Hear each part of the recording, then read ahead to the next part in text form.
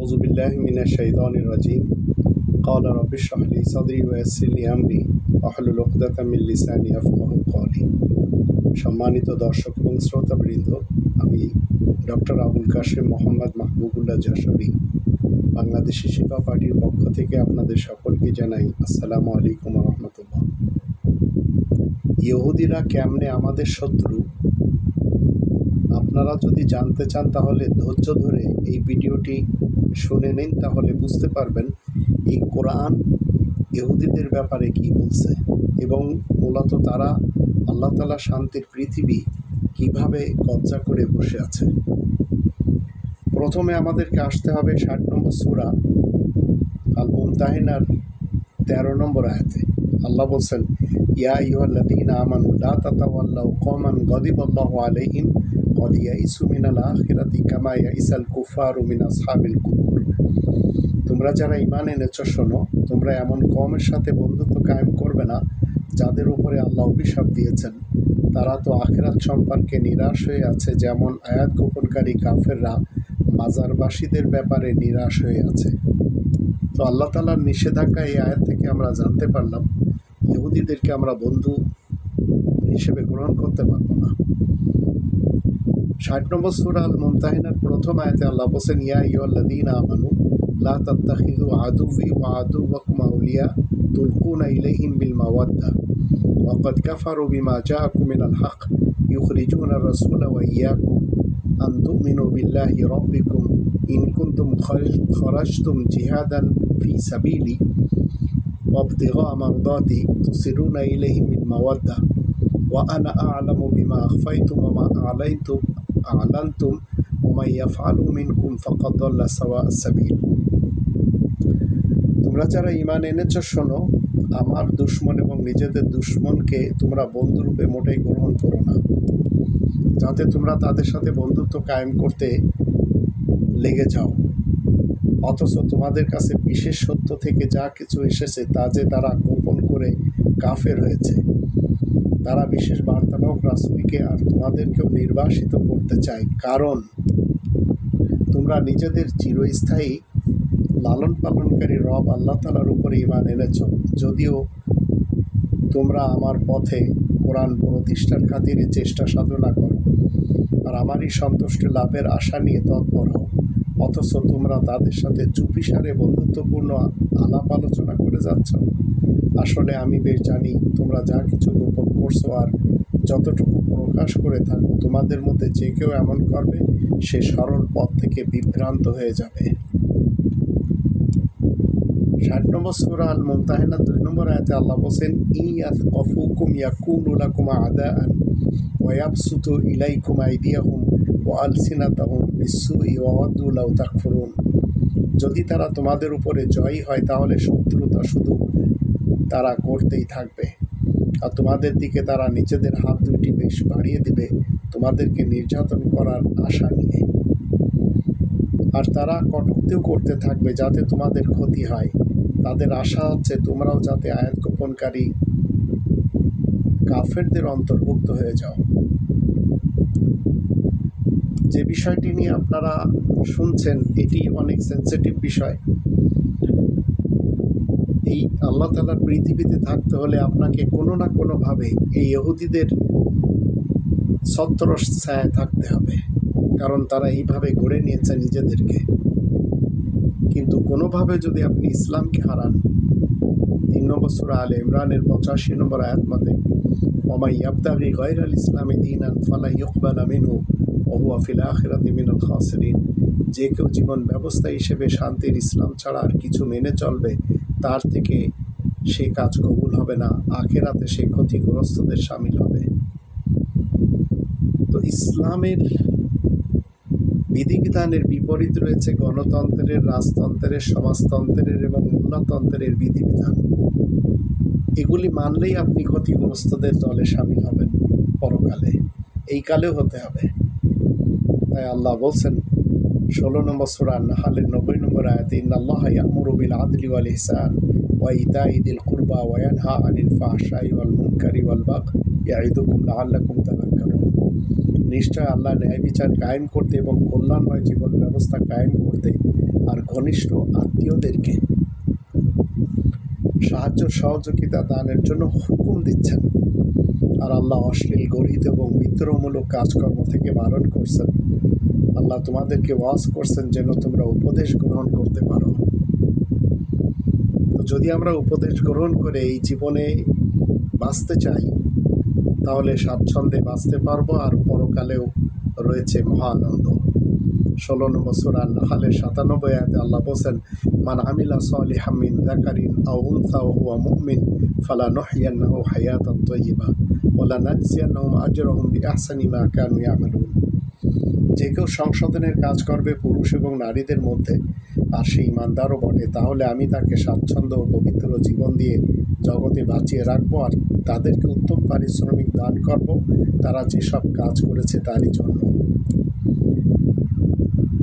আমি এই যে লেকচারটি আপনাদের সামনে দিয়ে যাচ্ছি, এই লেকচারটি যদি আপনারা বুঝতে পারেন তাহলে আমাদের দেশের যারা কাজী ইব্রাহিমের নাম শুনেছেন, মুফতি আমির হামজার নাম শুনেছেন, আবার কিনলে পানির বিজ্ঞাপনদাতা মিজানুর রহমান আজহারির নাম শুনেছেন, আবু তহা আদনানের নাম শুনেছেন, শায়েখ আহমদুল্লাহর নাম শুনেছেন, চরমনায় রুজুরের নাম শুনেছেন, আব্দুর রাজ্জাক বিন ইউসুফ, আবার আবদুল্লাহ বিন আব্দুর রাজ্জাক, মুজাফফর বিন মহসিন, আবার ডক্টর মিজানুর রহমান আজহারি এবং ডক্টর ইনায়েতুল্লাহ আব্বাসী, আবার আমাদের দেশে যত ধর্মের খোয়ার মুহতামিমদের বানানো মাদ্রাসা রয়েছে, এদের সকলকে চিনতে আপনাদের কষ্ট হবে না। মনে রাখবেন, দুই শ্রেণীর লোক সবসময় আল্লাহ তাআলা শান্তির পৃথিবীতে অশান্তি সৃষ্টি করে। এক শ্রেণীর লোক আছে দুর্নীতিবাজ পলিটিশিয়ান, আর আমাদের দেশে এই দুটি ফ্যামিলির যত পলিটিশিয়ান রয়েছে, আর অধিকদের কাছে রয়েছে ভিনদেশি পাসপোর্ট, মুজিব ফ্যামিলি এবং জিয়া ফ্যামিলি। এদেরকেও চিনতে পারবেন এই লেকচার থেকে। আর এক শ্রেণীর লোকগুলো ধর্মজীবী মোল্লা, এদের পিছনে ইহুদিদের হাত থাকে। তাই বাংলাদেশ কখনো আগে বাড়তে পারবে না যতক্ষণ না এখানে রব্বানি প্ল্যান বাস্তবায়ন না হবে। 5 নম্বর সূরা আল মাইদার 51 নম্বর আয়াতে আল্লাহ বলেন, ইয়া আইয়ুহাল্লাযীনা আমানু লা তাত্তাখিযুল ইয়াহুদা ওয়ান নাসারা আউলিয়া বা'দুহুম আউলিয়াউ বা'দ ওয়া মান ইয়াতাওয়াল্লাহুম মিনকুম ফাইন্নাহু মিনহুম ইন্নাল্লাহা লা ইয়াহদিল কওমাজ জালিমিন। তোমরা যারা ঈমান এনেছো শোনো, তোমরা ইহুদিদের এবং নাসারাদেরকে মোটেই বন্ধু হিসেবে গ্রহণ করবে না। তারা তো নিজেরা একে অন্যের বন্ধু। সুতরাং তোমাদের মধ্যে যে কেউ তাদেরকে বন্ধু হিসেবে গ্রহণ করবে সে তো ওদের দলেই সামিল হয়ে যাবে। নিশ্চয় আল্লাহ জালিম কওমকে পথ দেখান না। এই ইহুদি সমাজ এমন কিছু কাজ করে যেগুলি একজন রবের শান্তির পৃথিবীতে মুমিন আর মুসলিম করবে না। 2 নম্বর সূরা আল বাকারার 275 থেকে 279 আয়াতগুলিতে আল্লাহ বলেন, আল্লাযীনা ইয়াকুলুনা রিবা লা ইয়াকুমুনা ইল্লা কামা ইয়াকুমুল্লাযী ইয়াতাখাব্বাতু শাইতানু মিনাল মাস যালিকা বিআন্নাহুম ক্বালু ইন্নামাল বাই'উ মিথলু রিবা ওয়া আহাল্লাল্লাহুল বাই'a ওয়া হাররামার রিবা ফামান জাআহু মাউ'িযাতুম মির রাব্বিহি ফান্তাহা ফালাহু মা সালাফ ওয়া আমরুহু ইলাল্লাহ ওয়া মান 'আদা ফাউলাইকা আসহাবুন নার হুম ফিহা খালিদুন। যে সকল লোকেরা রিবাখোর তথা অবৈধভাবে মাল দৌলত খাওয়ার চক্করে থাকে তাদের কোনো স্থায়িত্ব থাকে না। রিবা মানে হচ্ছে অবৈধভাবে মাল সম্পদ অর্জন করা। যদিও আমাদের দেশের মৌলবীরা সুদ বলে, রিবার কখনো অর্থ সুদ হয় না, এটা মনে রাখবেন।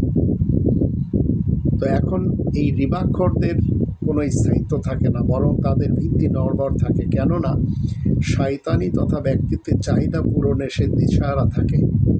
তার আসল কারণ এই যে তাদের কথা হলো, নিশ্চয় অবৈধ মাধ্যমে মাল বৃদ্ধি করাও তো মেহনতের মতো, অথচ আল্লাহ ব্যবসার তথা মেহনতের মাধ্যমে মাল দৌলত অর্জন করাকে বৈধ বলেছেন, আর অবৈধভাবে মাল দৌলত অর্জন করাকে কঠিনভাবে নিষেধ করেছেন, হারাম করেছেন।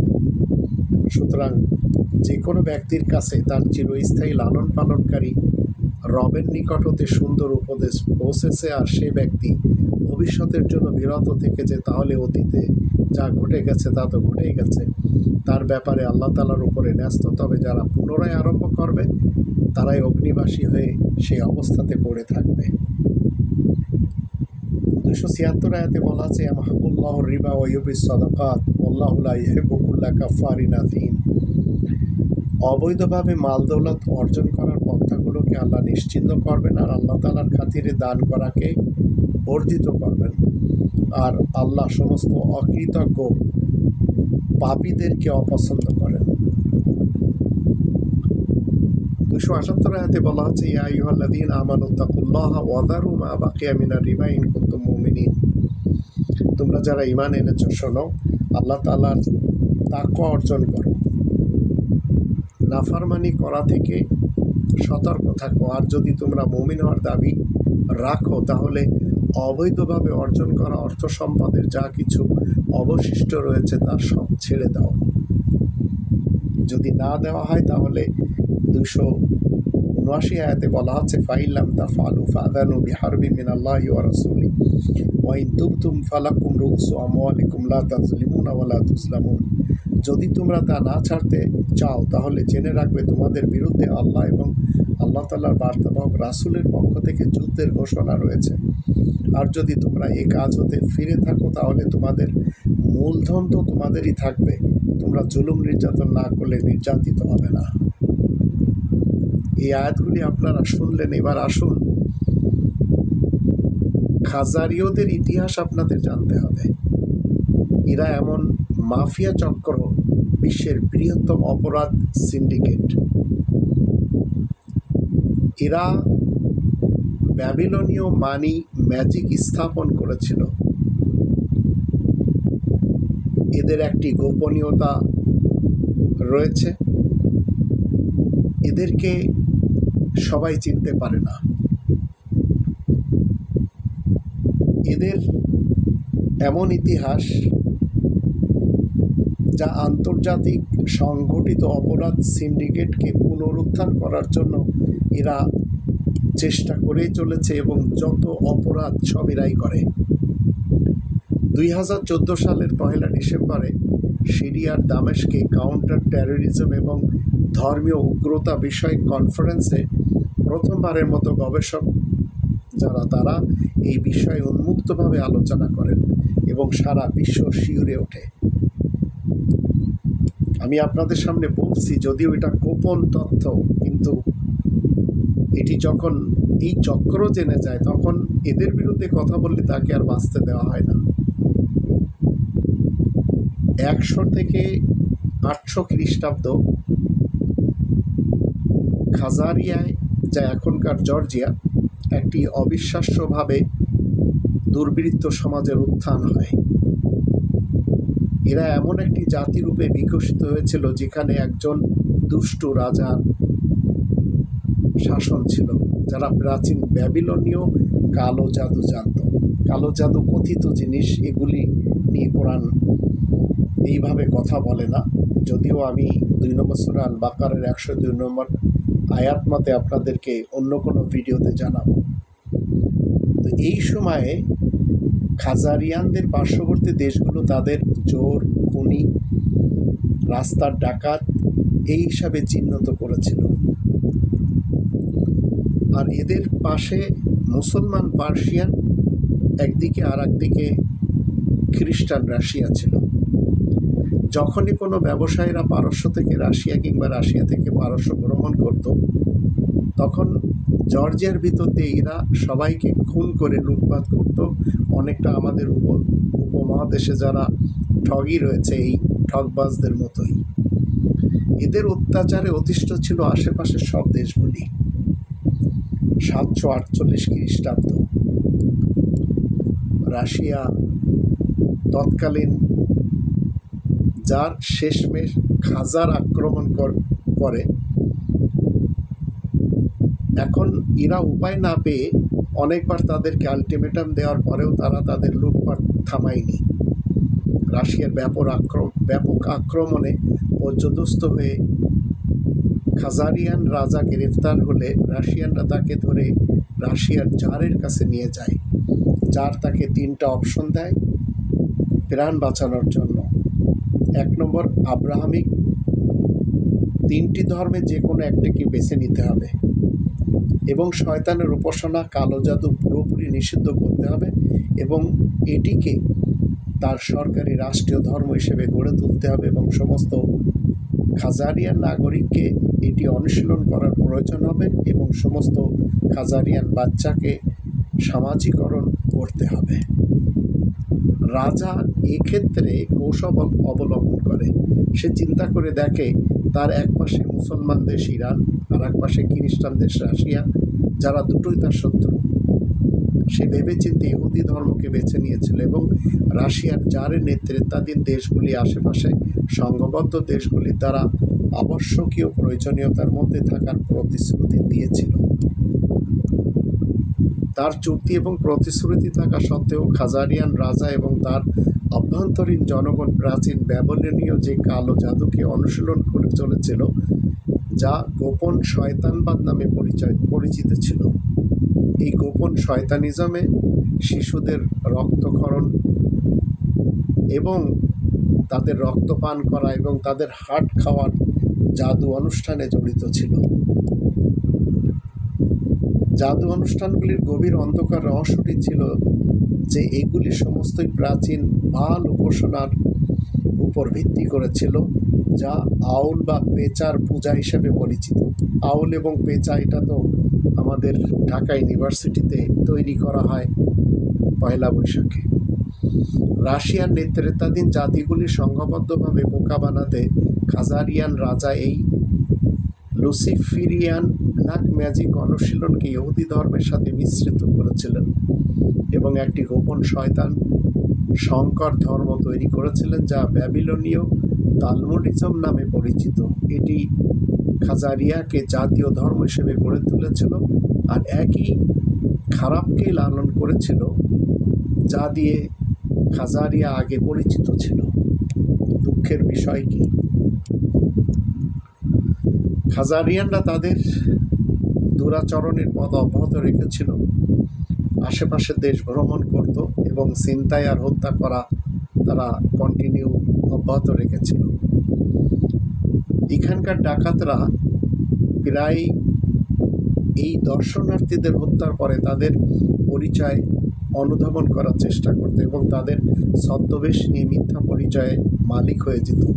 এটা এমন একটি রীতি যা এখনও অবধি চালিয়ে যাচ্ছে তাদের শিশু বলি অনুষ্ঠানগুলির সাথে, যা আসলে প্রাচীন বাল উপাসনা বলা হয়।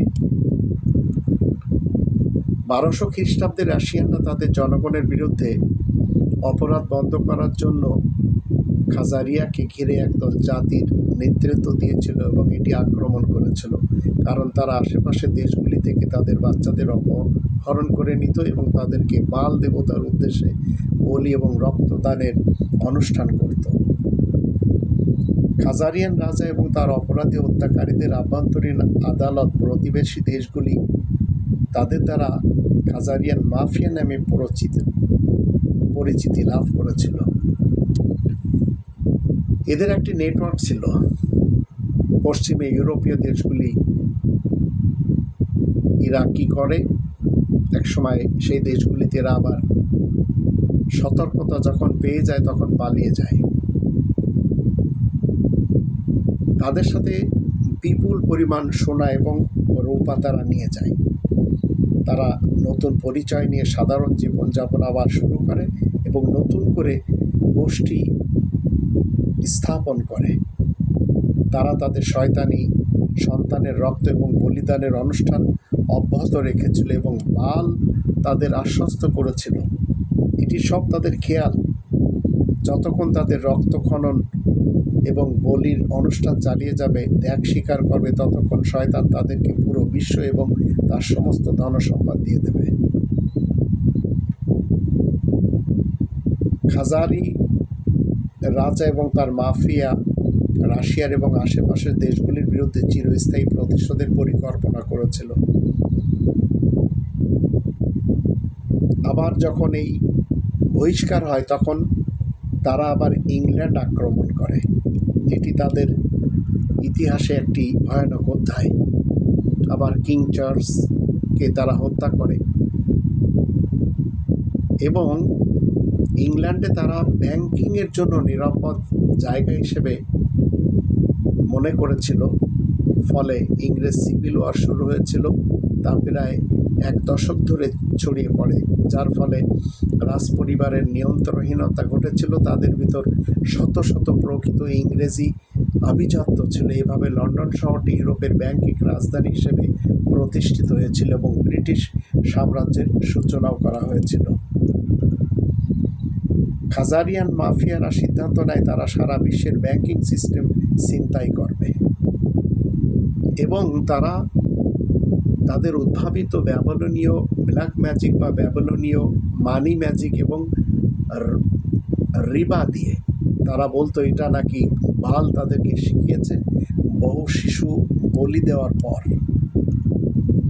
এই ব্যাবিলনের মানি ম্যাজিক স্বর্ণ রৌপ্য আমানতের জন্য কাগজের ক্রেডিট সার্টিফিকেট বিকল্পের সাথে জড়িত ছিল, যাতে ভ্রমণকারীরা গোল্ড বা সিলভার জমা দিয়ে ক্রেডিট সার্টিফিকেট নিয়ে এক স্থান থেকে আর এক স্থানে যেতে পারে। আর স্বর্ণরূপা তারা নিজেদের জন্য তাদের কাছ থেকে নিয়ে নিত আর কাগজের নোট ধরিয়ে দিত। খুব তাড়াতাড়ি খাজারিয়ানদের একটি গোষ্ঠী জার্মানিতে ঢুকে পড়ে। জার্মানিতে ইংল্যান্ডে যা করছিল সেভাবে নিয়ন্ত্রণ প্রতিষ্ঠার উপর জোর দেয় এবং ছোট একটি গ্রুপ তৈরি করে, যার নাম দেয় দি বাউসার। তারা সেখানেও শয়তানের পূজা চালিয়ে যায়। কিছুদিন পর তারা নিজেদের নাম আবার বদল করে রাখে রথচাইল্ড। রথচাইল্ডের 5 ছেলে ছিল, যারা ইউরোপিয়ান ব্যাংকিং এবং ইংল্যান্ডের কেন্দ্রীয় ব্যাংকিং সিস্টেম পুরোটাই নিয়ন্ত্রণ নিয়ে নেয় নানা ধরনের কভার্ট অপারেশন এবং ফলস রিপোর্ট তৈরির মাধ্যম দিয়ে, যার ভিতরে উল্লেখযোগ্য ছিল নেপোলিয়ন ব্রিটিশদের বিরুদ্ধে জয়লাভ করেছে, যেটা ছিল উল্টো।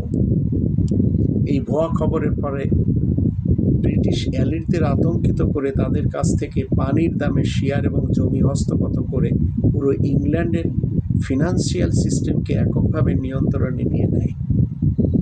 রথচাইল্ডরা এবার প্রাইভেট ফিয়াট ব্যাংকিং সিস্টেম প্রতিষ্ঠা করে, যা কাগজের নোট ছাপাতে থাকে। তো এইভাবে তারা তাদের কাগজের নোট দিয়ে রিবা সিস্টেম চালু করে। তারা টাকা ছাপাতো 100 টাকা, তারপর পুরোটাই লোন দিত। এখন রিবা সহ ফেরত দিতে যারা ঋণ নিত তাদের কাছ থেকে এই রিবা অবশ্যই তারা কোনোভাবে ছাড়ত না। তো রিবার বাড়তি টাকা ছাপিয়ে আবার ঋণ গ্রহীতাকেই ঋণ দিত। এই সিস্টেম চলতে চলতে তারা তাদের বাল দেবতা নাকি এটি শিখিয়েছে অগণিত শিশু বলিদানের বিনিময়ে।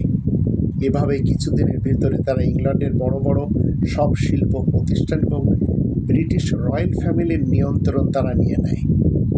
আবার এটিও জানা যায় যে এই ফ্যামিলির নিয়ন্ত্রণ নেওয়ার জন্য হত্যা এবং মেম্বারদের সাথে সেক্সুয়াল রিলেশন করে নিজেদের বংশদাতা তাদের ভিতর প্রবেশ করায়, যাতে সিংহাসনের উত্তরাধিকারী তাদের রক্তের কেউ হয়।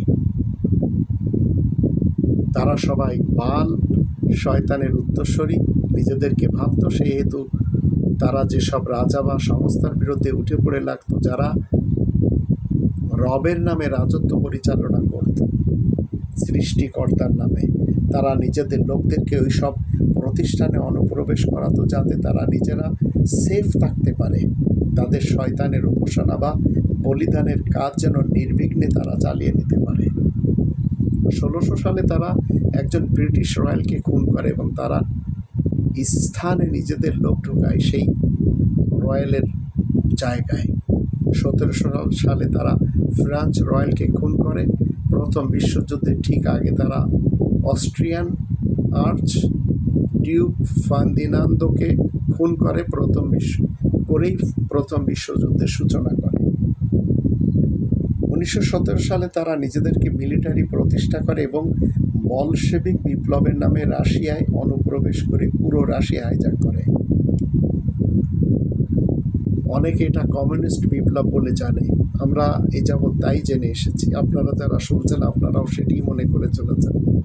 তারা জারকে সপরিবারে খুন করে ঠান্ডা মাথায়, এবং তারা মেয়েকে ব্যায়নেট দিয়ে খুঁচিয়ে মারে এবং রাশিয়া থেকে সমস্ত স্বর্ণ আর রূপা এবং অন্যান্য মূল্যবান সামগ্রী লুট করে নেয়।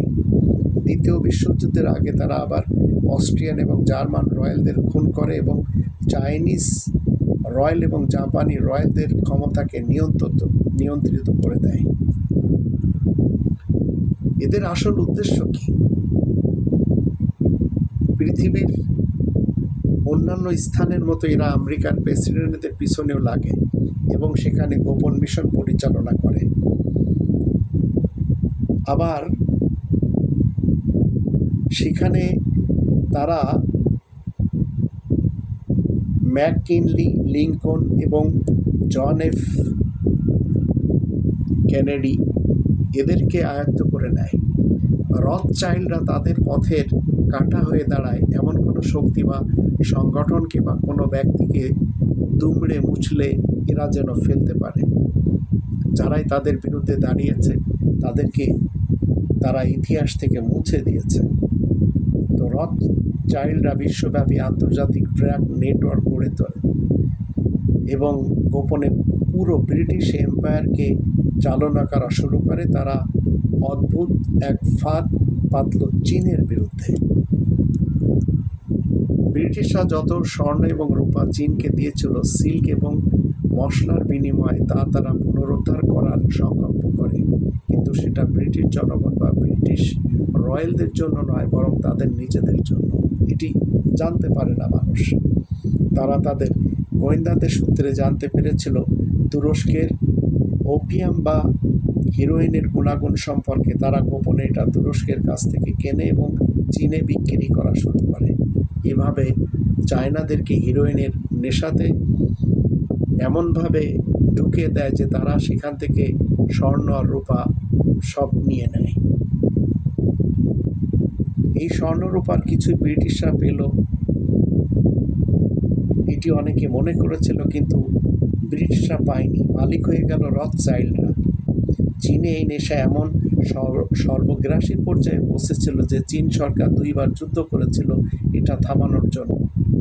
এটা ইতিহাসের পরিচিত বক্সার রেবিলিয়ন বা ওপিয়াম যুদ্ধ নামে। রথচাইল্ড এত বিপুল পরিমাণ লাভ হয় এই ব্যবসাতে যে তারা নিজেরাই নেশাগ্রস্ত হয়ে পড়ল এত সহজে টাকা কামানোর ধান্দায়। এবার রথচাইল্ডরা আমেরিকার কলোনি প্রতিষ্ঠার পিছনে ফোর্স হিসেবে কাজ করেছিল হ্যাডসন বে কোম্পানি এবং অন্যান্য কোম্পানি গঠন করে। রেড ইন্ডিয়ানদের পিছনে রথচাইল্ডরা লেগেছিল যাতে ন্যাচারাল রিসোর্স কোনো ঝামেলা ছাড়াই হস্তগত তাদের করতে পারে। তাই তাদেরকে বিনামূল্যে কম্বল দেওয়ার নামে কম্বলের ভিতরে গুটি বসন্তের রোগ বীজ ছড়িয়ে দিয়েছিল যাতে 10 লাখের উপর আদিবাসী মারা যায়। এদের আসল কাজ কি? এই একই পলিসি নিয়েছিল ওয়েস্ট ইন্ডিজ বা ক্যারিবিয়ান অঞ্চলে এবং ভারতীয় উপমহাদেশে। আর ঠিক ইস্ট ইন্ডিয়া কোম্পানি তাদেরই ছিল, যা আমাদের জানা নেই। একইভাবে তারা তখনকার বিশ্বের সবচেয়ে ধনী এলাকা বাংলাকে দখল করে নেয়, আবার সেখানে জেনোসাইড চালিয়েছিল। যখন আমরা 1876 সালের সিস্টেমেটিক যে দুর্ভিক্ষে বাংলায় প্রায় 1 কোটি মানুষের মৃত্যু ঘটায়, যা ছিল বাংলার মোট জনসংখ্যার 3 ভাগের 1 ভাগ।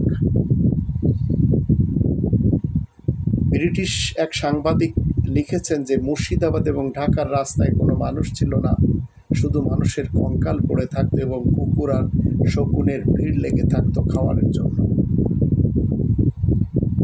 আর 1943 সালে আবারও সিস্টেমেটিক দুর্ভিক্ষে 15 লাখ মানুষকে হত্যা করে। তো 1757 সালে পলাশের যুদ্ধে বাংলার পতন হলে তারা বাংলা থেকে যে পরিমাণ সম্পদ লুট করেছিল তাই দিয়ে পরের বছরে 1758 সালে ইংল্যান্ডে ইউরোপের প্রথম শিল্প বিপ্লবের সূচনা করে তারা।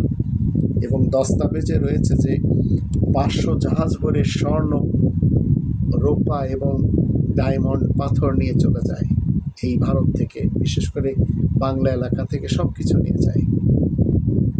তো রথচাইল্ড এরা সবাইকে দাস বানাতে পছন্দ করত এবং আফ্রিকা থেকে এরা কালোদেরকে কিডন্যাপ করে আমেরিকা এবং অন্যান্য অঞ্চলে এরা বিক্রি করা শুরু করল।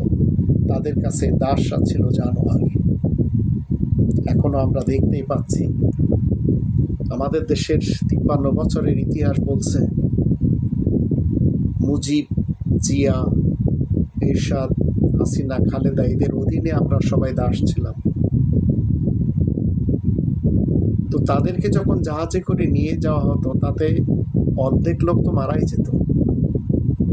দেখা গেছে 18 সালে আমেরিকার যত দাস মালিক ছিল তার 95% ছিল আনকেনাজি ইহুদি বা খাজারিয়ান ইহুদি। রথচাইল্ড ব্যাংকাররা খুব তাড়াতাড়ি শিখে ফেললো যুদ্ধ খুব ভালো ব্যবসা এবং অল্প সময়ে ডবল টাকা কামানো যায়। দুই পক্ষকে তারা লোন দেয় এবং পরবর্তীতে তাদের থেকে রিবা নেয়।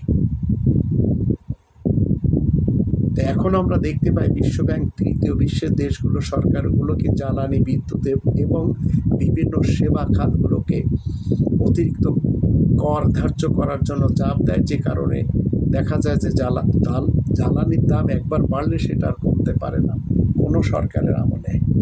তো রথচাইল্ড আমেরিকার রেভলিউশনে হেরে গেল, তখন তারা রাশিয়ার জারকে দায়ী করল ব্রিটিশ যুদ্ধ জাহাজকে আটকে দেওয়ার জন্য। তারা একটি কঠিন শপথ দিল রাশিয়ার বিরুদ্ধে নির্মম প্রতিশোধ নেওয়ার। রাশিয়ার উপরে আগে থেকে রাগ ছিল, কারণ তাদেরকে উচ্ছেদ করে দিয়েছিল রাশিয়া। তো রথচাইল্ড এবং ব্রিটিশদের তখন ধ্যান জ্ঞান হয়ে দাঁড়ালো কীভাবে তারা আমেরিকায় একটি প্রাইভেট সেন্ট্রাল ব্যাংক প্রতিষ্ঠা করবে, যেটা তাদের আবিষ্কৃত ব্যাবিলনিয়াম মানি ম্যাজিক বা ফিয়াট মানি ট্রেজারি সিস্টেম অনুযায়ী চলবে। তো রথচাইল্ড 1812 সালে আবারও চেষ্টা করে আমেরিকায় হস্তগত করার, কিন্তু এবার তারা ব্যর্থ হয় রাশিয়ানদের কারণে। তাই তারা আবার চাইলো যে রাশিয়াকে উচিত শিক্ষা দিবে, কিন্তু তারা উদ্ভাবিত করলো প্রাইভেট ব্যাংক সেট আপ করার চেষ্টা করলে প্রেসিডেন্ট অ্যান্ড্রিউ জ্যাকসন তাদের চেষ্টায় বাধা দেয় এবং তাদেরকে শয়তানের জেলা বলে দাঁড়িয়েও দেয়। সর্বশেষে 1913 সালে তারা কি করে, আমেরিকায় তাদের শয়তানি ব্যাংক প্রতিষ্ঠা করেই ফেলে। তারা কংগ্রেস মেম্বার এবং অন্যান্যদের যেভাবে হোক না কেন কিনে ফেলে ঘুষ বাণিজ্য করে এবং ভিন্ন উপায় এবং অসাংবিধানিক ফেডারেল রিজার্ভ অ্যাক্ট পাশ করে। অনেকেই জেনে ভিমরি খাবেন যে ফেডারেল রিজার্ভ ব্যাংক আমেরিকান সরকারি প্রতিষ্ঠান নয়, বরং প্রাইভেট। আর এটি হচ্ছে এই রথচাইল্ডের। এটি আমেরিকান লোকেরাও সবাই জানে না। তো অনেকেই জানেন না যে আমেরিকান ডলারের মালিক আসলে আমেরিকান সরকার না, বরং রথচাইল্ডের ফেডারেল রিজার্ভ ব্যাংক। আমেরিকান সরকার মাত্র 3% ডলার ছাপাতে পারে এবং বাকি 97% ডলার ফেডারেল রিজার্ভ ব্যাংক ছাপায় এই রথচাইল্ডের। এরা সবাই ইহুদি। এদেরই কারণে এরা আমেরিকাতে প্রেসিডেন্ট কে হবে তাকে চয়ন করে। ফেডারেল রিজার্ভ ব্যাংক এর কাছ থেকে ডলার ধার করতে হয় আমেরিকান নাগরিকদের, আমেরিকান গভর্নমেন্টদের এবং আমেরিকার যারা শিক্ষিত তাদেরও। এবং যখন ফেরত দিতে হয় তখন বাড়তি রিবার সাথে।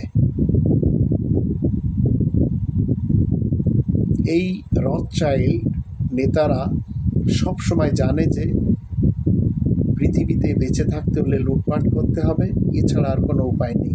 এটি আমেরিকাকে তারা শিখিয়ে দিয়েছে। আমেরিকানদের অবস্থা অনেক ভয়াবহ করে ছেড়ে দিয়েছে তারা। একটি সাধারণ ছাত্রকে পড়াশোনা চালাতে গেলে তাকে লোন নিতেই হবে, নতুবা সে কোনো প্রতিষ্ঠানের সুযোগই পাবে না ভর্তির পড়াশোনা চালানোর উচ্চ মূল্যের কারণে। দেখা গেছে 60 বছর পার হয়ে গেছে, কিন্তু সেই স্টুডেন্ট অবস্থায় নেওয়া লোনের টাকা এখনও শোধ হয়নি। সিস্টেমটা এরকম যে আপনাকে জন্ম নিলে লোন নিতে হবে এবং সারা জীবন কলুল বলদের মতো খেটে সেই লোনের সুদ পরিশোধ করতে করতে কবরে যেতে হবে। আমি এই মুহূর্তে যেখানে বসে এই ভিডিও করছি, প্রত্যেক মাস শেষে আমাকে টেলিভিশন দেখার জন্য 50 ইউরো দিতে হয়, অথচ আমি টেলিভিশন কখনো দেখি না, আমার ঘরে টেলিভিশনও নেই। এগুলি সব রথচাইল্ডের বানানো। যে কারণে জরিপে দেখা যায় শুধু লোন শোধ দেওয়ার সুবিধার জন্য আমেরিকান মিডল ক্লাস এবং লোয়ার মিডল ক্লাস ফ্যামিলির ছেলেমেয়েরা সেনাবাহিনীতে যোগ দেয় বিপুল পরিমাণে। এতে করে মিলিটারি ইন্ডাস্ট্রিও লাভ হয়, তাদের যুদ্ধে যাওয়ার লোকেরও অভাব হয় না কখনো। এরাও প্রশ্ন করে না কেন যুদ্ধে যাচ্ছে বা কার জন্য যাচ্ছে, আমেরিকান স্বার্থে নাকি অন্য কারোর স্বার্থে। আর এটি আফগানিস্তানের ব্যাপারে, ইরাকের ব্যাপারে আমরা সবাই দেখেই নিয়েছি। আমেরিকা প্রতি বছর ইসরায়েলকে $40 বিলিয়ন আমেরিকান জনগণের ট্যাক্সের টাকা দান করে থাকে, যে টাকা দিয়ে ইসরায়েলিরা ফ্রি চিকিৎসা, ফ্রি এডুকেশন এবং আবাসন সুবিধা পেয়ে থাকে। অথচ শুধু লস অ্যাঞ্জেলেসেই যদি দেখা যায়, সেখানে লক্ষ লক্ষ আমেরিকান রাস্তায় ঘুমায়। অনেকে মনে করে আমেরিকা ইসরায়েলকে চালায়, কিন্তু বাস্তব হলো আমেরিকানরা ইসরায়েলের দাস, আর এটি হচ্ছে সত্য কথা। একজন সৎ খাজারিয়ান ইহুদি হেরল্ড ওয়ালেস রোজেনথালের আসল কথা তিনি একসময় বলেছিলেন, আমাদের ক্ষমতা সুসংগত হয়েছে যেদিন আমরা ফেডারেল রিজার্ভ ব্যাংক এস্টাবলিশ করেছিলাম, আর আমাদের প্ল্যানকে সুন্দর পরিণতি দিয়েছে। সবাই এটাকে গভর্নমেন্ট প্রপার্টি ভাবে, কিন্তু আসলে এটা আমাদের নিজেদের। এটি তাদের ভিতর থেকে একজন বলেও দিয়েছে। তো একদম শুরু থেকেই আমাদের লক্ষ্য ছিল স্বর্ণ আর রূপা আমাদের উদ্ভাবিত তুচ্ছ কাগজের নোট দ্বারা প্রতিস্থাপন করতে হবে। আমরা ইহুদিরা আমেরিকান জনগণকে একটার পর একটা ইস্যু দিয়ে ব্যস্ত রাখি, তারপর আমরা দুই পক্ষর পিছনেই থেকে গোপনে সহযোগিতা করি, যাতে ইস্যুগুলো জীবন্ত থাকে আর কনফিউশন তৈরি হয়। এতে আমেরিকানদের নজর ওই সব বিষয়ে আটকে থাকে যতক্ষণ আমরা তা চাই। তারা বুঝতেও পারে না এই সব কিছুর পিছনে আসলে কী এবং কারা কাজ করে চলেছে। আমরা আমেরিকানদের নিয়ে খেলি খেলনার মতো, যেভাবে একটা বিড়াল একটা ইঁদুরকে নিয়ে খেলে। বলা বাহুল্য, এর ঠিক 1 মাসের মাথায় লোকটিকে মেরে ফেলে দেওয়া হয়।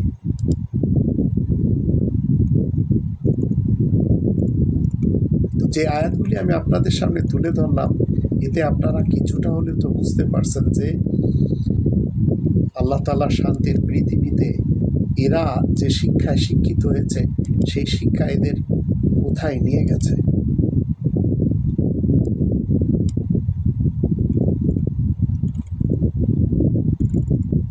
এদের ইতিহাস এতটাই ভয়াবহ যে আপনাদের সামনে আমি বলছি, কিন্তু আমি ভয় পাচ্ছি। ডেমোক্রেটিক বা রিপাবলিকান থেকে কেউ মনোনয়নই পায় না যদি না তারা ইসরায়েলের প্রতি অনুগত না থাকে। যে কারণে বার্নি স্যান্ডার্স জো বাইডেনের তুলনায় অনেক যোগ্য এবং জনপ্রিয় হলেও সে নমিনেশন পায়নি, কারণ সে ফিলিস্তিনের পক্ষে এবং ইসরায়েলের বিপক্ষে কথা বলে তাই। আর বাইডেন হলো একজন স্বস্বীকৃত জিওনিস্ট। এর ফলে খাজারিয়ান ইহুদিদের পক্ষে এটা খুব সহজ হয়ে যায় যে কাউকে নির্বাচন করা, যাকে তারা নিজেদের কাজে লাগাতে পারে, কারণ যখন আপনি একটা দেশের মানি সাপ্লাই নিয়ন্ত্রণ এবং প্রডিউস করতে পারবেন, তখন আপনি যাকে খুশি তাকে কিনে নিতে পারবেন। আমাদের এই ছোট্ট বাংলাদেশের ব্যাপারেও আমরা সেটি দেখতে পাই। এই দুটি ফ্যামিলি যখন যাকে ইচ্ছা কিনে নেয়, একই সময় তারা অবৈধ কর প্রথা চালু করে। কিছু কংগ্রেস সদস্যকে কিনে তাদেরকে দিয়ে ইন্টারনাল রেভিনিউ সার্ভিস অ্যাপ্রুভ করায়, যেটা তাদের প্রাইভেট ট্যাক্স কালেকশন এজেন্সি হিসেবে কাজ করে, যেটা তাদেরই বানানো। আবার ফেডারেল ব্যুরো অফ ইনভেস্টিগেশন মানে FBI প্রতিষ্ঠা করে,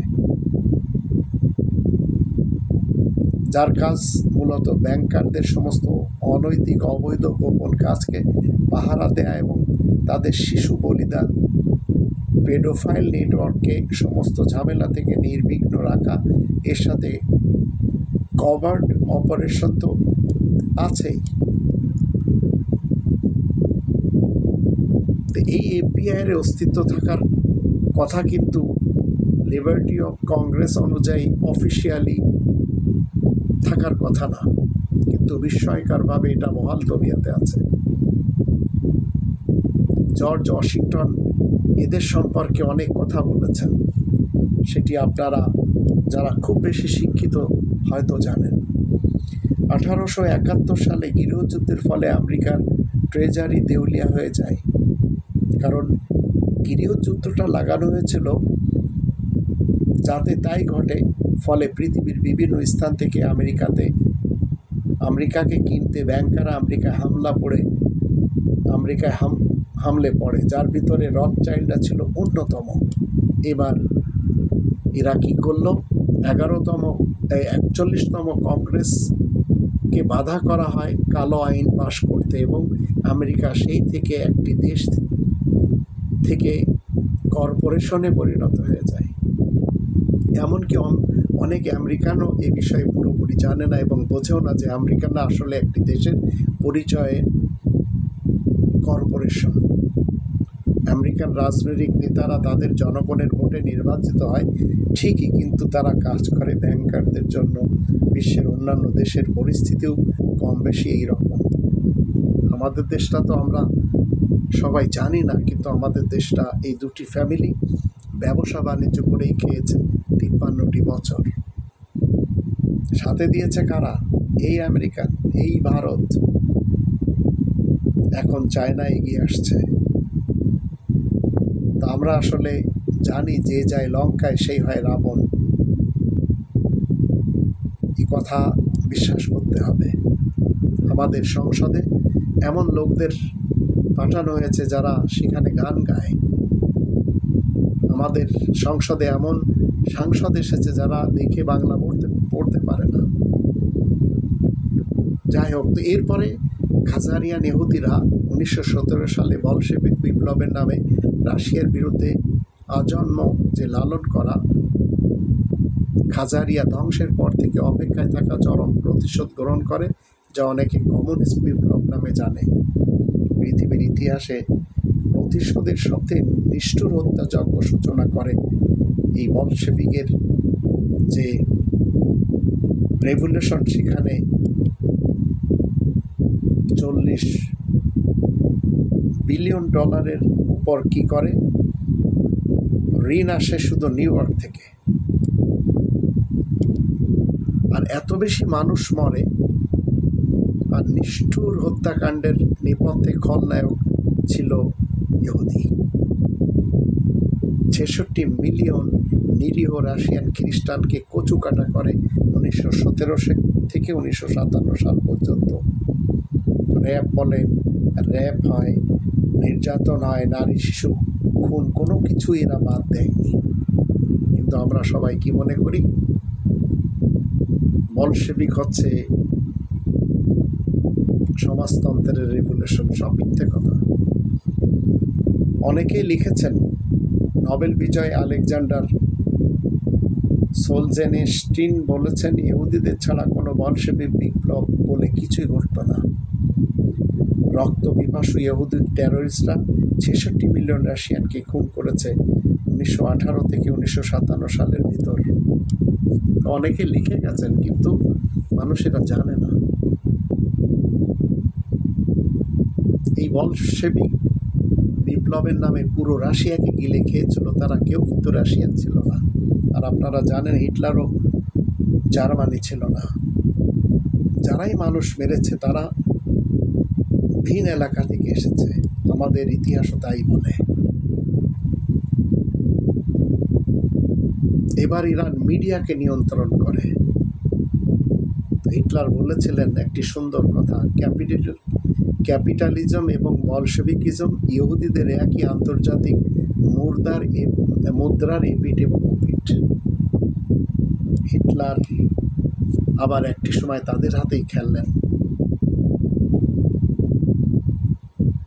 তাকেই এমনভাবে তৈরি করা হয় যে তাকেই দিয়ে আবার ইহুদিদেরকে মারা হয়।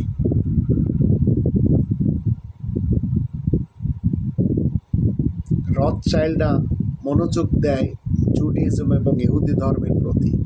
তারা একটা মাস্টার প্ল্যান করে যে ইহুদিদের মস্তিষ্ক ধুলা এবং জুডাইজমকে পুরোপুরি তাদের মতো করে নিয়ন্ত্রণ করবে। তারা আবার কি করেছে, অনেক আগেই নিজেরাই তালমুদ লিখেছিল, যেটা ব্যাবিলনিয়াম তালমুদ বা লুসিফারিজম বা সাটানিয়াজম নামে অধিক পরিচিত। তারা তাদের উদ্ভাবিত এই নতুন ধর্মমতকে ইহুদিদের সব স্তরে অধিক প্রচার এবং প্রচলনের ব্যবস্থা করত। তালমুদে তারা লিখেছিল শুধু ইহুদিরাই হলো মানুষ, আর বাকি জেন্টাইল বা অইহুদিরা সবাই মানুষের চেহারায় আসলে জানোয়ার। আমাদের বাংলাদেশের অবস্থা, এই দুটি ফ্যামিলির দৃষ্টিতে সবাই জানোয়ার ছাড়া আর কিছুই মনে করেনি এই শেখ মুজিব, আবার জিয়াউর রহমান এবং তাদের স্ত্রী, তাদের কন্যা, তাদের সন্তান। এখন তো আমাদের দেশের কিছু সংখ্যক ছেলেরা বুঝে গেছে যে না, এই দুটি ফ্যামিলি থেকে বাঁচতে হবে। আর এই ইহুদিদের ধারণা কি, এরা সবাই বলেছিল যে তারা সবার উপরে প্রভুত্বের অধিকার প্রাপ্ত, আর ইহুদিরা হলো বাগানের মালিক এবং জেন্টাইলরা হলো সেই বাগানের মালিক, এবং তারা নিজেদেরকে সর্বশ্রেষ্ঠ সন্তান হিসেবে স্বীকৃতি দিয়ে অন্যদেরকে হত্যা করা জায়েজ মনে করে। ঠিক একই কায়দায় আমাদের দেশের যত ধর্মের ঠিকাদার রয়েছে, ব্যাপারী রয়েছে, এরা দেখবেন সবাই নিজেদের দদিকে খাঁটি বলে, চরমোনাই জাহাজ বলে জান্নাতে নিয়ে যায়। আবার হেফাজতে ইসলাম এমন একটি নাম চয়ন করেছে যেটি শুনলেই অবাক লাগে। তাবলিগি জামাতে সাদ গ্রুপ এবং জুবায়ের গ্রুপ আপনারা জানেন যেভাবে যুদ্ধ করেছে 2018 সালে ঢাকার টঙ্গী ইজতেমার মাঠে, সেটি ভাবতেও ভয় লাগে। তো ইহুদিরা জেন্টাইলদের সাথে রিবার কারোবার করবে, কিন্তু ইহুদিদের সাথে তারা বিনা রিবার কারোবার করবে। আর ঈসা রাসূলের ব্যাপারে যেসব বাজে কথা তারা লিখেছে সেটি ভাষায় প্রকাশ করা যায় না। যেমন মুসলমান সমাজ, শিয়া সুন্নি সালাফি সহ 135+ এদের সমাজ রয়েছে, এরা মুহাম্মাদুর রাসূলুল্লাহ ওয়া খাতামান নাবিয়িনকে জানে না। কিন্তু আরব ইতিহাসের একজন ব্যক্তি মুহাম্মদ ইবনে আবদুল্লাহকে, যে কিনা 40 বছর বয়সে বলেছিল মা আনা বিকারি, আমি পড়ালেখা জানি না, তাকেই এরা রাসূল এবং নবী মেনে চলেছে। এবং সেই লোকটি আবার এই ইহুদিদের বিরুদ্ধে বলে গেছে আখরিজুল ইহুদ মিন জাজিরাতিল আরব, আরব এলাকা থেকে ইহুদিদেরকে বের করে দিতে হবে। আর নেতানিয়াহু যখন এই হাদিস পড়েছে তখন প্রকাশ্যভাবে মেরেই চলেছে মুসলমানদেরকে, বিশেষ করে ফিলিস্তিনের মুসলমানদেরকে। আর আরব এলাকার কেউ কোনো কথা বলে না, কারণ এরা সবাই এদেরই হাতে নিয়ন্ত্রিত। যারা মনে করে চলেছেন যে ইসরায়েল সৃষ্টি হয়েছে 1948 সালে, এরা সবাই ভ্রান্ত ধারণাতে রয়েছেন। সত্য কথা হলো 1917 সালে ব্রিটেনের রানীর কাছ থেকে রথচাইল্ড ইসরায়েল নামক রাষ্ট্রের জন্য তৎকালীন ব্রিটিশ কলোনি প্যালেস্টাইনের জমি বুঝে নেয়, যেটা ইতিহাসে বেলফোর ডিক্লারেশন নামে পরিচিত। রথচাইল্ড বালের উপাসকের প্রথম লক্ষ্য কি? তারা ব্যাবিলিয়ান মানি ম্যাজিক ব্যাংকিং সিস্টেম দিয়ে বিশ্বকে নিয়ন্ত্রণ করবে, করেও চলেছে। এবং তাদের আসল আরেকটি লক্ষ্য হলো আব্রাহামিক রিলিজিয়ন্সকে ধ্বংস করবে, কারণ আব্রাহামিক রিলিজিয়নই তাদের জন্য হুমকি। কারণ এই রিলিজিয়নটাই তাদের রিবা ভিত্তিক সিস্টেমের বিরুদ্ধে এবং তাদের সমস্ত শয়তানি কাজকর্মের বিরুদ্ধে। অথচ কোরআন আমাদেরকে কি বলে? 3 নম্বর সূরা আলে ইমরানের 95 আয়াতে, কুল সাদাকাল্লাহ ফাত্তাবিউ মিল্লাতা ইব্রাহিম হানিফা ওয়া মা কানা মিনাল মুশরিকিন। তুমি বলে দাও আল্লাহ তো সত্যই বলছেন, সুতরাং তোমরা সবাই ইব্রাহিমের সহজ সরল মিল্লাত অভ্যাস আচার অনুষ্ঠানের অনুসরণ করো। ইব্রাহিম তো আর মুশরিকদের অন্তর্ভুক্ত না। তো মুসলমান শিয়া সুন্নি সালাফি সমাজ এরা ইব্রাহিমের মিল্লাত বাদ দিয়ে আরব ইতিহাসের একজন ব্যক্তির অনুসারী হয়ে কোরআনের সমকক্ষ রূপে দাঁড় করিয়েছে হাদিস। অথচ 3 নম্বর সূরা আলে ইমরানের 62 নম্বর আয়াতে আল্লাহ বলেন, ইন্না হাযা লাহুয়াল কাসাসুল হক ওয়া মা মিন ইলাহিন ইল্লাল্লাহ ওয়া ইন্নাল্লাহা লাহুয়াল আজিজুল হাকীম। এই তো হচ্ছে সত্য সঠিক বিবরণ, আর কোনো আইনদাতা নেই আল্লাহ ছাড়া, আর নিশ্চয় আল্লাহ হলেন মহাসম্মানিত মহাবৈজ্ঞানিক। তো আপনি যদি মুমিন মুসলিম হতে চান, আপনাকে একজনের আইন মানতে হবে, আর সেই একজনের আইনে দাড়ি রাখা নেই, মাথায় টুপি পরা নেই, পাগড়ি পরা নেই, রুমাল পরা নেই, আলখেল্লা পরা নেই, কবরের আযাব নেই, ঈসা রাসূল পুনরায় আসবেন সেটিও নেই, ইমাম মেহেদী আসবে তাও নেই, দজ্জাল আসবে তাও নেই, মুখ ঢাকা বোরকা পড়তে হবে তাও নেই, কারণ আইনদাতা একজন। আর ইহুদিরা কি করেছে? মুসলমানদের মাঝে বিভিন্ন ফিরকা, পার্টি, মাসলাক এবং মাযহাব বানিয়ে তাদেরকে রেখে দিয়েছে, জনগণ যেন সচেতন না হয়। তাই ওয়াজ মাহফিল আমাদের দেশে লক্ষ লক্ষ ওয়াজ মাহফিল হয় বছর শেষে। আল্লাহ বলছেন 3 নম্বর সূরা আলে ইমরানের 63 নম্বর আয়াতে, ফাইন তাওয়াল্লাউ ফাইনাল্লাহা আলিমুম বিল মুফসিদিন। একক আইনদাতার হুকুম ছাড়া অন্য কারোর হুকুম যদি কেউ মানে, এরপরেও যদি তারা মুখ ফিরে নেয়, তাহলে জেনে রাখবে গোলযোগ সৃষ্টিকারীদেরকে তো আল্লাহ ভালো করেই জানেন। তো আমাদের দেশে একের পর এক আমরা দেখেই চলেছি। তো এই রথচাইল্ড তাদের প্রথম শিকার ছিল জুডাইজ এবং ইহুদিরা, আর দ্বিতীয় শিকার অর্থোডক্স খ্রিস্টান এবং তাদের পাওয়ার হাউস রাশিয়া, আর তৃতীয় শিকার মুসলমান শিয়া সুন্নি সালাফি।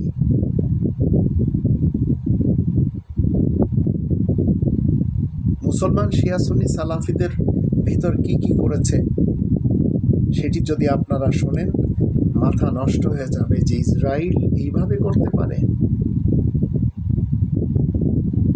আব্রাহামিক রিলিজিয়নের পবিত্র স্থান এখন তাদেরই দখলে, জেরুজালেম। প্রথম বিশ্বযুদ্ধের পর থেকেই এই কারণে তারা মুসলমানদের ওসমানী খিলাফত আবার শেষ করে ছেড়ে দিয়েছে। 42টা ছোট ছোট রাষ্ট্র তৈরি করে দিয়েছে আরবদের। তার ভিতরে একটি হলো হিজাজ, আর্দে হিজাজ, যেখানে মসজিদুল হারাম, আজকে সেটিকে বানিয়ে দেওয়া হয়েছে সৌদি আরব, আর ফিলিস্তিন দখল করে নিয়েছে ইসরায়েল। এতে অবাক হওয়ার কিছু নেই। আপনারা হয়তো মনে করে চলেছেন সৌদি আরব মুসলিমদের দেশ। না ভাই, কখনো সৌদি আরব কোনো মুসলিম দেশ বা ওটা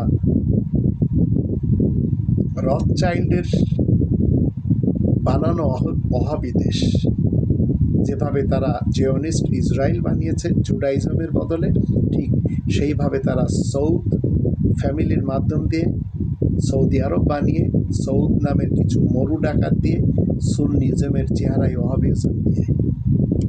তা আমাদের দেশের দেখবেন যারা সালাফি আছে তারা সবাই এই আব্দুল ওহাব নাজদিকে খুব মানে। এরা সবাই ফ্রি মিশনদের দিয়ে বেষ্টন করা। পেন্টাগন কিংবা অ্যাপেলের হেড অফিসের ডিজাইনটাও তাদেরই তৈরি। আর আমাদের দেশের জামাত ইসলাম তারা দাড়িপাল্লার এই প্রতীককে আল্লাহ তাআলার নামের উপরে রেখে দিয়েছে। এত বড় অপদার্থ এরা, এত বড় এরা অভিশপ্ত। আর এদের যে অঙ্গ সংগঠন শিবির, দেখবেন তাদের মনোগ্রাম হচ্ছে পেন্টাগনের। এগুলি সব জুডাইজমের এই রথচাইল্ডের বানানো। এরা সবাই এক একজন ইলুমিনাতি মেম্বার, বোঝা বড়ই কঠিন। দেখবেন এদের মধ্যে একজন মাসুদ সাহেব বলেছেন, আমি আল্লাহকে সরাসরি দেখেছি। আবার মুফতি আমির হামজা বলেই চলেছে 53টি ভুল কোরআনে পেয়েছে। কারোর কি বলে বরাত দিয়েও বললে সে বলেছে, কিন্তু এগুলি এদের প্রমোট করতে হয় যেন জনগণ এদের কন্ট্রোলে থাকে। চরমোনায় আবার কি করেছে, তার মুরিদদের জাহাজ ভরে নিয়ে যাচ্ছে জান্নাতে। কাজী ইব্রাহিম বলছে যে জিনদের তাবলিগি জামাত আসছে তার জেলখানাতে। এগুলি সব হাস্যকর। এরাই গাদ্দাফিকে মেরে দিয়েছে, সাদ্দামকে মারতে এরা দেরি করেনি। আবার এদেরই নিয়ন্ত্রণে ছিল বাশার আল আসাদ, হাফেজ আল আসাদ। প্রতিদিন এরদোগানের মাধ্যম দিয়ে কুর্দিদেরকে মারা হয়, কিন্তু আমরা এরদোগানকে সুলতান মনে করি। এরা সবাই হচ্ছে এক একটি ভাইরাস। তবে গাদ্দাফি বলেছিলেন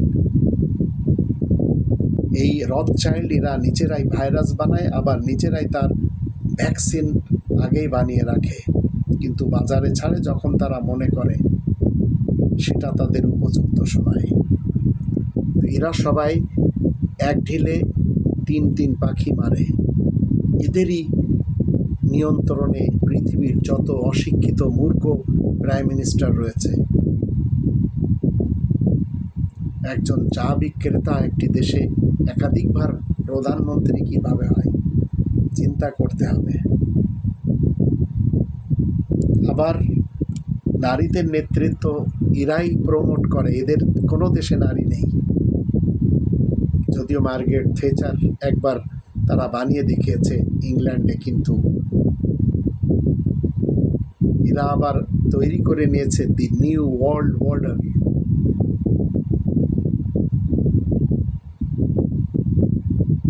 1920 সালের ফেব্রুয়ারি মাসের 8 তারিখে বলেন এই ওয়ার্ল্ড অর্ডার হলো এটা জুইশদের বানানো। এবং এমন কিছু কথা বলা হয়েছে এই ব্যাপারে যেগুলি আপনাদের সামনে বিভিন্নভাবে আসবে যদি আপনারা একটু গবেষণা করেন। কিন্তু কোরআন আপনাকে আমাকে শিক্ষা দিচ্ছে যে ইহুদিরা আপনার আমার শত্রু, এরা আল্লাহ তাআলা শত্রু। এদেরকে আল্লাহ তাআলা খুল্লা ছেড়ে দিয়েছেন। জিওনিস্টরা 19 শতকের শুরু থেকে ইহুদিদের ভিতর কি করেছে, এক এমন ধরনের ভীতি ফলস প্রোপাগান্ডা প্রচার শুরু করেছে যে জেন্টাইলরা ইহুদিদেরকে হিংসা করে এবং তারা মনে করে ইহুদিদের গণহত্যা করার মতলব আসছে। ইহুদিরা দুনিয়ার যেখানে থাকুক বিশ্বাস করেন এরা কোনো না কোনো কূটচাল নিয়ে থাকে। একসময় এরা রোমানদের দাস হয়েছিল। আবার ইরাকের অগ্নিপূজক বখতে নাসর পুরো জেরুজালেম মাটির সাথে বখতে নাসর কিন্তু মিশে দিয়েছিল এবং লাখ লাখ ইহুদিদেরকে জীবন্ত কি পুড়িয়ে মেরেছিল। আর তারই প্র্যাকটিস করেছে গুজরাতের কসাই নরেন্দ্র মোদী। 6,000 মুসলমানদেরকে জীবিত জ্বালিয়ে দিয়েছে। আর আমাদের দেশে হাসিনা খালেদা গ্রেনেড হামলা, হলি আর্টিজেনের হামলা, শ্যাপলা চত্বরের হামলা, আবার পিলখানার ঘটনা, এগুলি কখনো কল্পনা করেছেন? ইউরোপেও তারা 16 শতকে জেনোসাইড শিকার হয়েছিল, কিন্তু ধীরে ধীরে তারা যখন বোঝে যে না রথচাইল্ডরা এরা এখন রেসিজম এবং উগ্র করে তারা কি করেছে, এই তালমুদের অনুসারীদেরকে তৈরি করে নিয়েছে।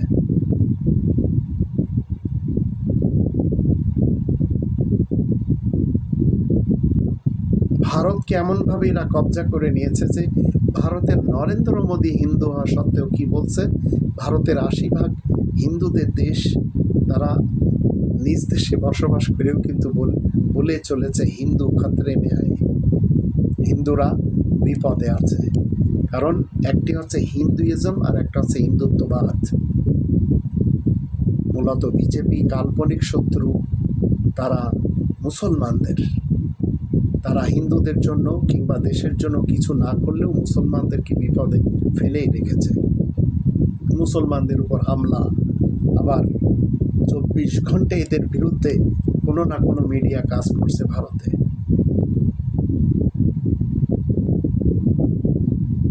এমন এমন নীতিমালা ইহুদিদের রয়েছে যে আপনার সন্তানরা যে একটু পড়ালেখা করে কিছু ভালো কিছু শিখবে সেটির সুযোগ দেবে না। তাই জাফর ইকবালের মতো আমাদের দেশে প্রফেসর, যে কিনা সন্তানদেরকে কি শিক্ষা দিচ্ছিল খুনি হাসিনার যুগে, ডারউইনের মতবাদ। এখন নতুন বাংলাদেশে আমরা আবার দেখছি নতুন নতুন পার্টি হচ্ছে। এগুলি কাদের তৈরি? ২৮ নম্বর সূরা কসসের ৪ নম্বর আয়াত আপনারা একটু মনে রাখবেন, তাহলে এই উপমহাদেশে কি হচ্ছে? তাই হচ্ছে যা রথচাইল্ডরা চাচ্ছে। ইন্না ফিরআউনা আলা ফিল আরদ ওয়া জাআলা আহলাহা শিয়াআন ইয়াস্তাদিফু তাইফাতাম মিনহুম ইযবিহু আবনাহুম ওয়া ইস্তাহয়ী নিসাউহুম ইন্নাহু কানা মিনাল মুফসিদিন। নিশ্চয় দেশপ্রধান দেশের বুকে প্রভাব প্রতিপত্তির দিক থেকে ক্রমেই প্রতিষ্ঠা লাভ করতে থাকে, আর সেই দেশবাসীকে নানান দলে ভাগ করে নেয়। আর যারা একেবারে দুর্বল শ্রেণীর লোক তাদের পুত্র সন্তানদেরকে জবাইয়ের মাধ্যমে পৃথক করে, আর তাদের মেয়েদেরকে দিয়ে জীবিত রাখে কাজ করানোর জন্য। নিশ্চয় সে বড়ই অনিরাপত্তার কাজ করেই থাকে। তো পুত্র সন্তানদের হত্যা করা আর নারীদের নিয়ে কাজ করা। তারপরে আবার আল্লাহ বলছেন যে এই যে ছেলেরা যেভাবে জান দিয়ে চলে গেল, আর যারা জীবিত আছে, যারা চাচ্ছিল যে দেশকে তারা গড়বে, কিন্তু সেই সুযোগ দেওয়া হবে না। অনুরিদু আন নামুন্না আলাল্লাযীনা ইসতুদঈফু ফিল আরদ ওয়া নাজআলাহুম আইম্মাতাও ওয়া নাজআলাহুমুল ওয়ারিসিন। অথচ আমি চাই যারা দেশে দুর্বল হয়ে পড়েছে আবার তাদেরকে উপকার করে তাদেরকে নেতা নেত্রী বানিয়ে নেতৃত্ব দান করি, আর তাদেরকে উত্তরাধিকার দান করি। ৬ নম্বর আয়াতে বলা হচ্ছে অনুমাক্কিনা লাহুম ফিল আরদ ওয়া নুরিয়া ফিরআউনা ওয়া হামানা ওয়া জুনুদাহুমা মিনহুম মা কানু ইয়াহদারুন। দেশে তাদের জন্য প্রতিষ্ঠা দান করি, আর দেশপ্রধান এবং মন্ত্রীদেরকে আর তাদের সৈন্যবাহিনীদেরকেও সেসব জিনিস দেখিয়ে দিই, তাদেরই হাতের কৃতকর্ম যা নিয়ে ওরা বেঁচে থাকার আশঙ্কা করে। তো এখন আমাদের দেশে যদি আমরা একটু কাকে দেখি, এমন এমন সন্তান আমরা দেখতে পাচ্ছি যারা সত্যি সিনা টান করে চলতে চাচ্ছে, বুক টান করে তারা কথা বলতে চাচ্ছে। হাসনাত আবদুল্লাহর মতো ছেলেরা আমাদের দেশে জন্ম নিয়েছে।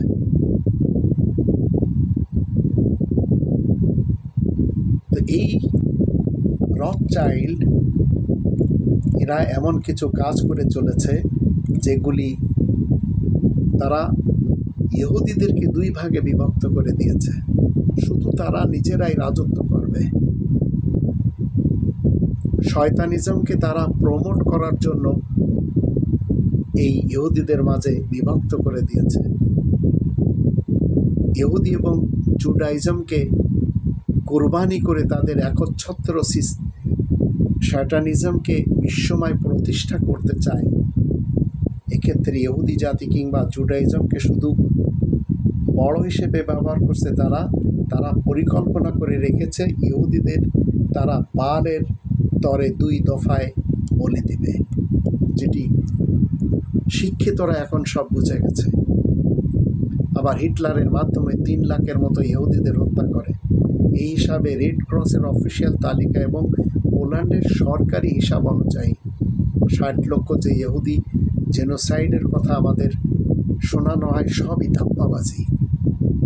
যেমন আমাদের দেশে 30 লাখের কথা বলা হয়, এগুলি সব আপনারা জানেন। জেনারেল জ্যাকব একজন ইহুদি ছিল। যখন পল্টন ময়দানে পশ্চিম পাকিস্তানিরা বলেছিল সেই নিয়াজির মাধ্যম দিয়ে হাতিয়ার বর জমিন, অস্ত্র জমিনে রেখে দাও, তখন সেখানে দাঁড়িয়েছিল গোল একটা হেড পরে, দেখবেন তার নাম হচ্ছে জেনারেল জ্যাকব, একজন ইহুদি। ইহুদিরা এই মুহূর্তে যা কিছু করে চলেছে, মনে রাখবেন এদের ধ্বংস একেবারে নিকটে। কিন্তু দরকার হচ্ছে শুধু আপনাকে আমাকে রব্বানি বিধানের দিকে আসতে হবে।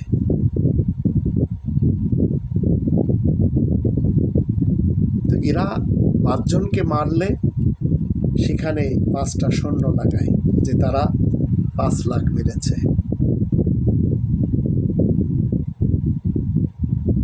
এরা সংখ্যায় কম পৃথিবীতে, কিন্তু সব কিছু এদেরই কন্ট্রোলে। অর্থ, টাকা, ব্যাংক, মিডিয়া এবং এমন কিছু খাদ্য খাবার যেগুলি আমি অন্তত খাই না, কিন্তু আপনারা খাচ্ছেন। Coca Cola, Fanta, Sprite, 7 Up, Red Bull, Bulldog, cat ball, এগুলি সবই আপনাদের খাওয়ানো হচ্ছে।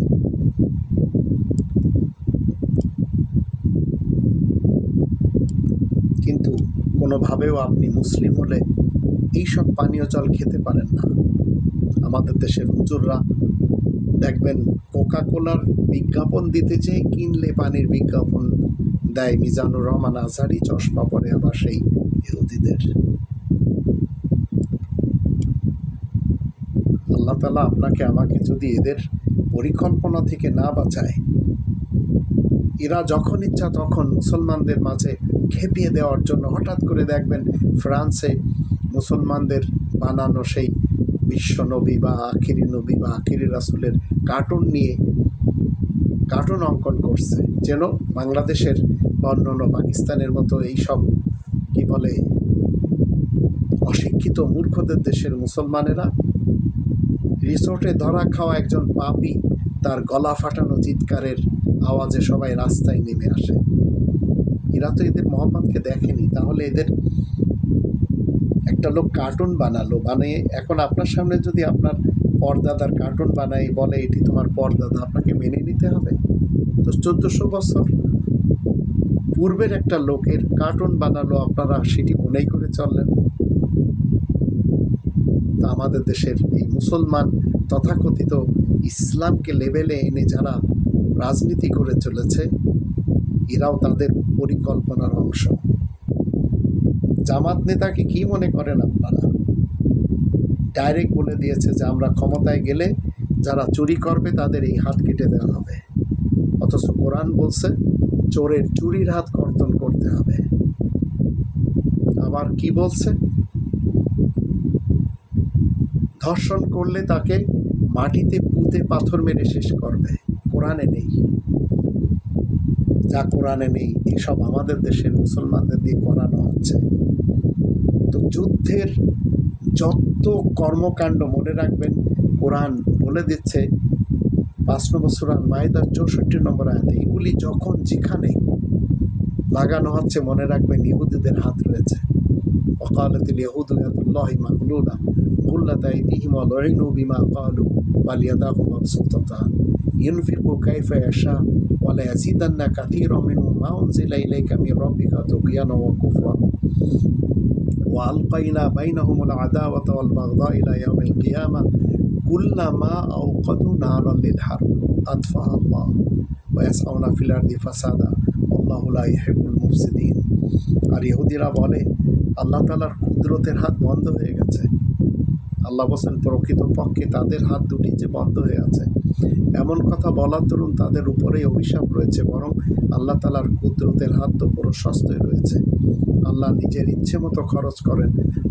আসলে তোমার রবের তরফ থেকে যা নাজিল হয়েছে তাতে ওদের ইহুদিদের মধ্যে অনেকেরই দুষ্টামি অবাধ্যতা বেড়েই যায়। আমি তাদের মধ্যে পারস্পরিক শত্রুতা, হিংসা, বিদ্বেষ কিয়ামত পর্যন্ত স্থায়ী দেখতে পাচ্ছি। ইহুদিরা যখনই যুদ্ধের আগুন জ্বালায় আল্লাহ তা আস্তে নিভিয়ে দেন। ইহুদিরা তো রবের শান্তির দুনিয়ায় অশান্তি গোলযোগ সৃষ্টির জন্য সচেষ্ট রয়েছে। আল্লাহ তো গোলযোগ সৃষ্টিকারীদেরকে কখনো পছন্দ করেন না। তো যাবতীয় রিভার সিস্টেম ইহুদিদের, যাবতীয় মিডিয়া এদের, যাবতীয় অশ্লীলতা এদের। বাংলাদেশে বসে যেসব তথাকথিত এই ইসলামের নামে দল বানানো এই মানুষগুলি রাত দিন ফেসবুকে রোহিঙ্গাদের জায়গা দেওয়ার দাবিতে সরকার ফেলে দেওয়ার ধমকিও দিয়েছিল। এই রোহিঙ্গাদের জন্য বাংলাদেশকে মিয়ানমারের সাথে লড়াই নামতে হবে একটি সময়। এটিও এই ইহুদিদের কর্মকাণ্ড হবে। আর যখন এটি শুরু হয়ে যাবে তো মাথা ব্যথা জনগণের তো না।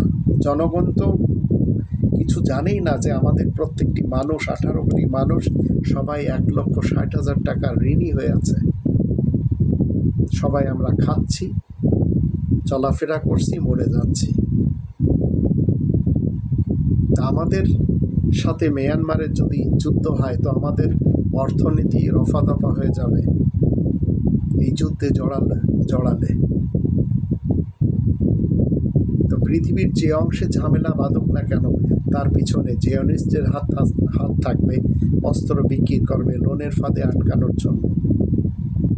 তো রোহিঙ্গা আসার পর থেকে গত কয়েক বছরে মিয়ানমার আর বাংলাদেশের অস্ত্র কেনার একটা তালিকা করে টাকার হিসাবটা বের করেন, তাহলে বুঝবেন ফায়দা কার হচ্ছে। এগুলি সব এই রথচাইল্ডের করা। এরা সবাই চায় পৃথিবীতে 50 লক্ষ মানুষ থাকুক আর বাকিদের সব মেরে দিতে হবে। তো এখন বাকিদের যদি আপনি মেরে দেন, আল্লাহ তাআলা তো মারছেন না, কিন্তু এর জন্য অস্ত্র তৈরি করা হচ্ছে। তো আপনার আমার শত্রু হচ্ছে এরা সবাই। আর বাঙালিরা, আমাদের সমস্যা কি? আমরা আবেগ দিয়ে সব কিছু দেখার চেষ্টা করি, যুক্তি দিয়ে কখনো মাথা ঘামাই না।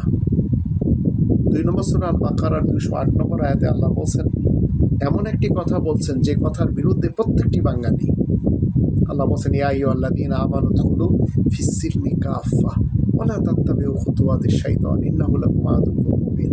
তোমরা যারা ঈমান এনেছো শোনো, তোমরা সবাই ইসলামের মানে শান্তির ছায়াতলে পরিপূর্ণরূপে প্রবেশ করাও না, প্রবেশ করো। আর শয়তানের পদাঙ্ক অনুসরণ করবে না, নিশ্চয় সে তোমাদের প্রকাশ্য দুশমন। তো আমাদের দেশে বিএনপি মার্কা মুসলমান, আওয়ামী লীগ মার্কা মুসলমান, তারা তাদের দলে মানুষকে প্রবেশ করায়, জামাত শিবির প্রবেশ করায়, তাবলিগি জামাত প্রবেশ করায়, Saad group, Zubair group, Ilyas Attar group, Charmonai প্রবেশ করায়। অথচ আল্লাহ বলছেন, ইয়া আইয়ুহাল্লাযীনা আমানু দুখুলু ফিস-সিলমি কাফা, তোমরা প্রবেশ করো। প্রবেশ করানোর দায়িত্ব আপনার আমার না। আপনার আমার দায়িত্ব হচ্ছে শুধুমাত্র ওমা আলাইনা ইল্লাল বালাগুল মুবিন।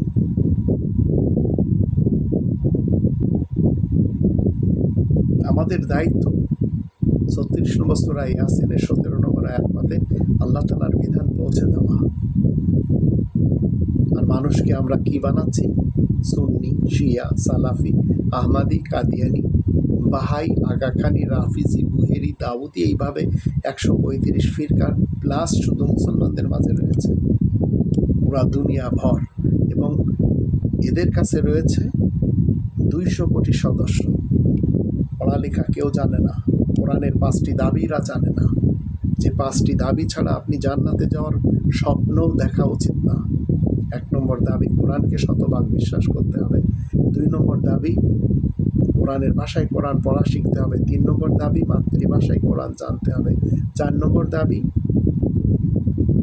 কোরআন মতে জীবন কাটাতে হবে। আর 5 নম্বর দাবি, কোরআনের তাবলীগ করতে হবে।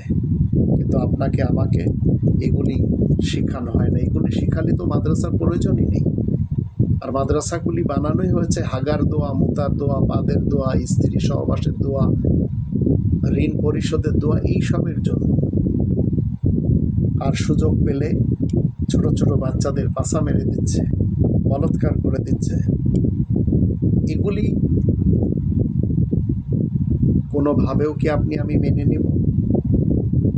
এমন একজন ব্যক্তিকে নবী বানিয়ে দেওয়া হয়েছে যে 6 বছরের কন্যা শিশুকে ছাড়েনি, 21টি স্ত্রী রেখেছে, আবার 2টি গার্লফ্রেন্ড মানে 2টি বেশ্যার সাথে রেখেছে, মারিয়া কিপ্তিয়া এবং রায়হানা বিনতে হারিস। শিবের কাছে ছিল হাজার হাজার, কেউ বলে 10,000, আবার কেউ বলে 300। তো এগুলি সব এই রথচাইল্ডের প্ল্যান, এরা এগুলো প্রমোট করে। একটি রোগ আপনার যদি হয় তার জন্য এরা 10টি ওষুধ তৈরি করবে। পৃথিবীর যাবতীয় ওষুধ সব এদেরই কবজায়, ব্যাংক এদেরই কবজায়, সিনেমা হল এদেরই কবজায়, যা ইচ্ছা তাই দেখাবে। এইভাবে মিডিয়া এদের কবজায়, টাকা এদেরই কবজায়, যতগুলি পৃথিবীতে টাকার কোম্পানি রয়েছে সব এদেরই কবজায়। এখন কোরআনের মহাসত্যকে আসুন আমরা আঁকড়ে ধরি, আর আস্তে আস্তে আমরা শিক্ষিত হই। তাহলে কি হবে? 17 নম্বর সূরা বানী ইসরাঈলের 81 নম্বর আয়াতের উপর আমল করা হবে। আল্লাহ বলছেন, ওয়াকুল জাআল হাক্কু ওয়া যাকাল বাতিল ইন্নাল বাতিলা কানা যাহুকা। তুমি বলে দাও, সত্য আগমন করলে বাতিলের অবসান ঘটে, নিশ্চয় বাতিল তো বিলোপ হবার মতোই। দুনিয়ার অনেক দেশে যাওয়ার তৌফিক আল্লাহ আমাকে দিয়েছেন। যখন যখন আমরা একটি এয়ারপোর্ট থেকে বেরোই তখন আমি দেখি আমেরিকানদের এবং ইসরায়েলদের অবস্থা কি। আস্তে করে পকেট থেকে পাসপোর্টটা এরকম বের করে এইভাবে দেখায়, কেউ যেন চারিপাশে না দেখে ফেলে যে ইসরায়েলের নাগরিক অথবা আমেরিকান নাগরিক। এতটাই ভীত এরাই আল্লাহ তাআলার শত্রু, কিন্তু সব কিছু এরা কৌশলের মাধ্যম দিয়ে অন্যদেরকে অন্য কাজে ব্যস্ত রেখে এরা ঠিকই এগিয়ে যাচ্ছে। আর আপনার আমার কাছে কোরআনের জ্ঞান নেই।